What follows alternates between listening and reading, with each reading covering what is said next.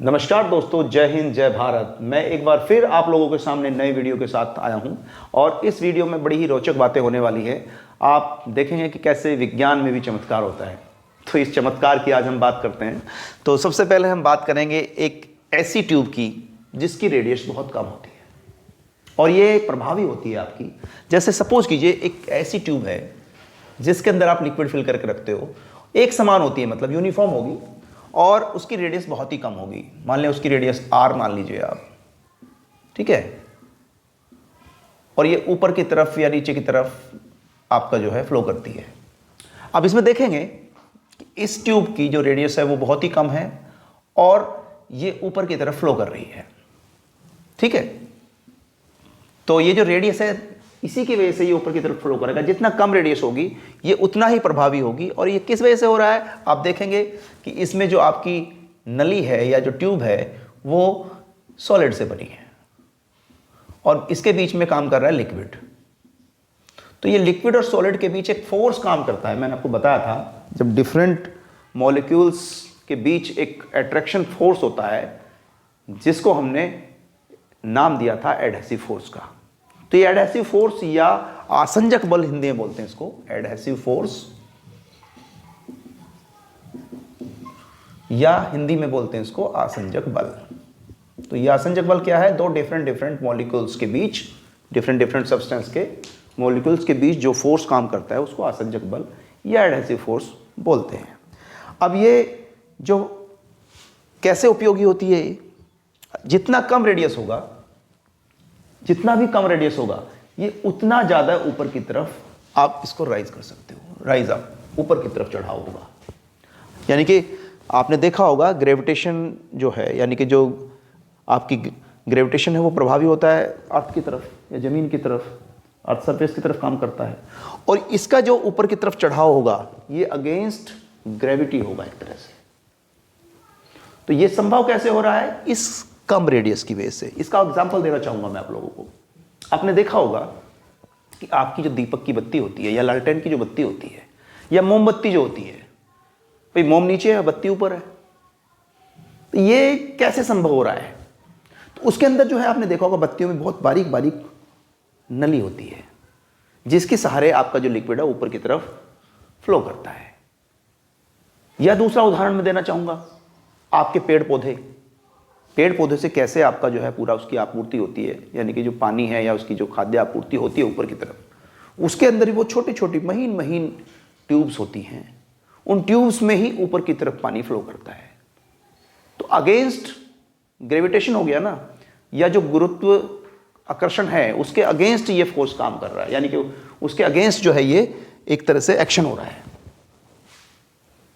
इसी को बोलते हैं हम कैपिलरी एक्शन, ठीक है।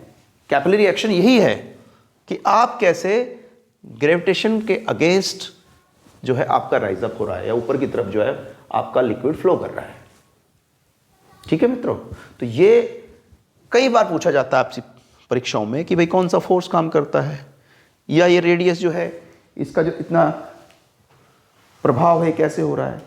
तो आपका अब दूसरा क्या है, एक चीज और देखेंगे आप। अब इस ट्यूब के अंदर कुछ एक जो आपकी सरफेस है, सपोज की सरफेस है आपकी, इस सरफेस पे आपके जो है ये सरफेस इसकी इस तरह से भी हो सकती है ऊपर की तरफ सरफेस टेंशन की वजह से, या ये सरफेस ऐसे भी हो सकती है, या ये फ्लैट भी हो सकती है। तो अगर हम बात करें, इसका एक रिलेशन होता है बेसिकली, कैसे हम इसको करते हैं। अगर इसकी लेंथ की हम बात करते हैं, इसकी हाइट की बात करते हैं, तो जो आपकी कॉन्टैक्ट जो लेंथ है, यानी कि जो कॉन्टैक्ट लेंथ है आपकी, जो ये लेंथ है आपकी, उसके और इसकी रेडियस का एक संबंध होता है। यानी कि जो लंबाई है आपकी, लेंथ जो है वो डायरेक्टली प्रोपोर्शनल होती है इसकी त्रिज्या के। एक दूसरा और रिलेशन होता है इसमें, यानी कि जो आपके लिक्विड का जो वेट है वो इसके जो रेडियस है उसके स्क्वायर के प्रोपोर्शनल होता है। तो ये दो रिलेशन होते हैं किसी भी कैपिलरी एक्शन के, और इसी से एक फॉर्मूला और निकल के आता है। अगर मैं इसकी हाइट मेजर करूं या इसकी ऊंचाई मेजर करूं लिक्विड की, तो उसके लिए H = 2t cos theta by rho g r. अब ये इसमें है क्या क्या, देखिए यहाँ पर h जो है आपका वो ऊंचाई है, जो आपकी लिक्विड की जो ऊंचाई है। या अगर मैं बात करूं T की, तो वो मैंने आपको बताया था, पृष्ठ तनाव या सरफेस टेंशन कह सकते हो उसको, सरफेस टेंशन।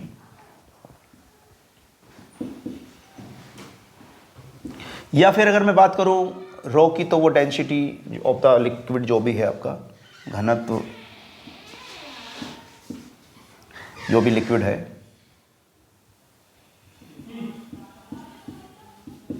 या अगर मैं बात करूं जी की, तो आप जानती हैं एक्सेलरेशन ड्यू टू ग्रेविटी या गुरुत्वाकर्षण। या अगर मैं बात करूं आर की, तो वो एक रेडियस हो गई, जो भी आपकी कैपिलरी ट्यूब है उसकी जो रेडियस है, तो ये कह सकते हो आप रेडियस या त्रिज्या किसकी, केस नली की या कैपिलरी ट्यूब की।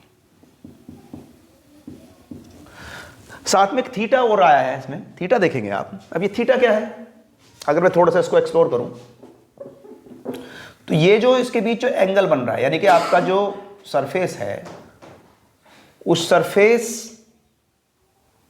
और जो ये हाइट है आपकी, लेंथ है, इसके बीच एक एंगल बन रहा है।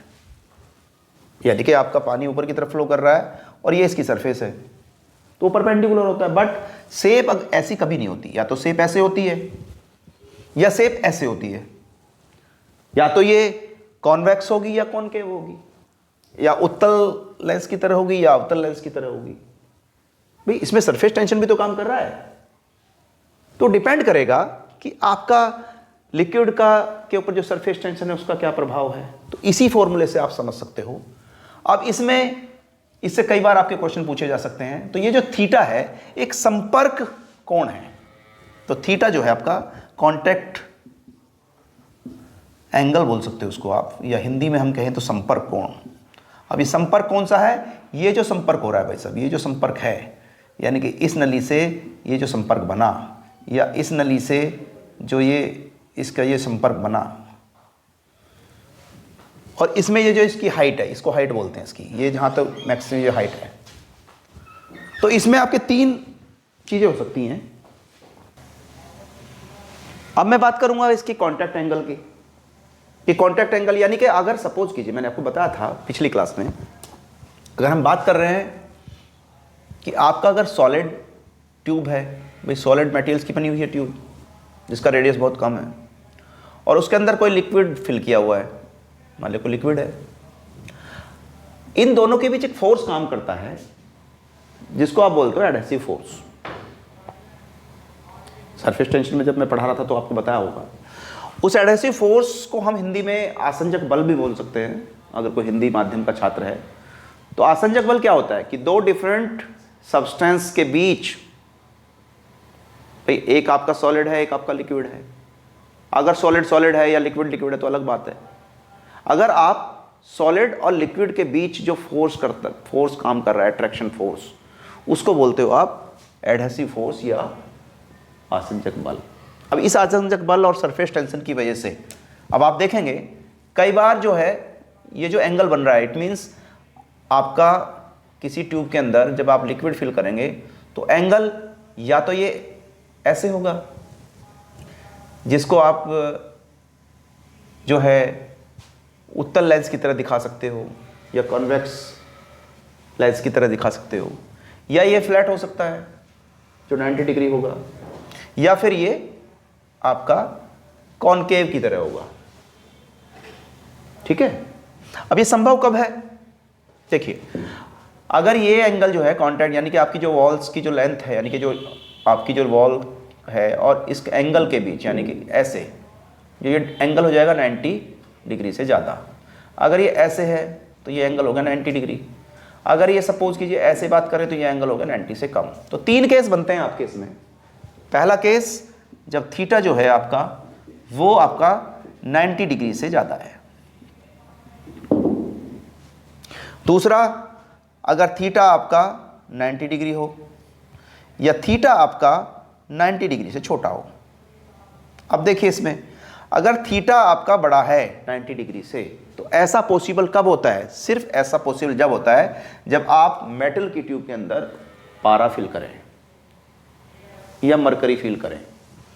तो ऐसा मरकरी के केस में ऐसा हो सकता है कि ये इस तरह का आपका जो हाइट है, ये हाइट ले लिया आपने ग्राउंड से जो भी ले रहे हैं आप, और ये एंगल जो है आपका वो 90 डिग्री से ज़्यादा हो गया। तो शेप कैसी बनी? शेप बनी उत्तल लेंस की तरह या कॉन्वेक्स लेंस की तरह। तो कैसे इसको बोल सकते हैं? कॉन्वेक्स लेंस की तरह या कॉन्वेक्स जो मेनिस्कस है इसका, मतलब जो इसका जो आकृति है चंद्राकार आकृति होगी इसकी, और ये मेनिस्कस हो गया कॉन्वेक्स या उत्तल लेंस की तरह, उत्तल। दूसरा, अगर मैं बात करूं, पहले मैं इसकी बात कर लेता हूं, थीटा अगर आपका 90 से कम है तो वो शेप कुछ इस तरह से बनेगी जिसको बोलते हैं हम कॉनकेव। ठीक है? तो कॉनकेव जो है, अगर आप 90 डिग्री से आपका छोटा है, और उस केस में आपका जो उदाहरण हो सकता है, यानी कि आप अगर कैसा कब बनता है जब इसके अंदर पानी भरें, आप वाटर फिल करके रखें ट्यूब में, ये एंगल 90 डिग्री होगा। और ये क्या कब होता है? जब आप पानी को भरते हो किसी भी उसमें, तो सरफेस टेंशन की वजह से कुछ इसका जो मेनिस्कस होगा वो कैसे होगा? कॉनकेव की तरह, यानी कि अवतल, जो इसका मेनिस्कस होगा वो अवतल होगा, अवतल लेंस की तरह। और ये इसका उदाहरण बहुत ही रेयर मिलता है। एक उदाहरण मैं इसका देना चाहूँगा, वैसे तो बहुत कम होता है ऐसा, लेकिन एक उदाहरण है इसका। अगर आप सिल्वर की ट्यूब लें और उस सिल्वर की ट्यूब में ये लगभग 90 डिग्री के आसपास जो आपका मेनिस्कस बनता है वो 90 डिग्री में बनता है। सिल्वर का मतलब एक ही कड़ी हो, सिल्वर। तो जो सिल्वर है, मैं हिंदी के छात्रों को बताना चाहूँगा, सिल्वर मतलब चांदी। तो चांदी क्या किसी ट्यूब के अंदर कोई बहुत कम डायमीटर या कम रेडियस की जो ट्यूब है, उसके अंदर अगर आप पानी भरें तो आपको फ्लैट सरफेस मिल सकती है। ठीक है? तो ये 3 उदाहरण मैंने देने चाहे। इस पे छोटा मोटा क्वेश्चन पूछा जा सकता है आप लोगों से, या कैसी शेप होती हैं या उसके उदाहरण क्या हो सकते हैं। तो कॉन्वेक्स या उत्तल के लिए उदाहरण दिया मैंने जब 90 डिग्री से ज़्यादा है, और आप ट्यूब के अंदर, ग्लास की जो ट्यूब है उसके अंदर या मेटल की जो ट्यूब है उसके अंदर अगर आप पारा भरते हैं या मरकरी भरते हो, अगर आपका ये 90 डिग्री से कम है तो पानी भर सकते हो और कॉनकेव शेप होती है।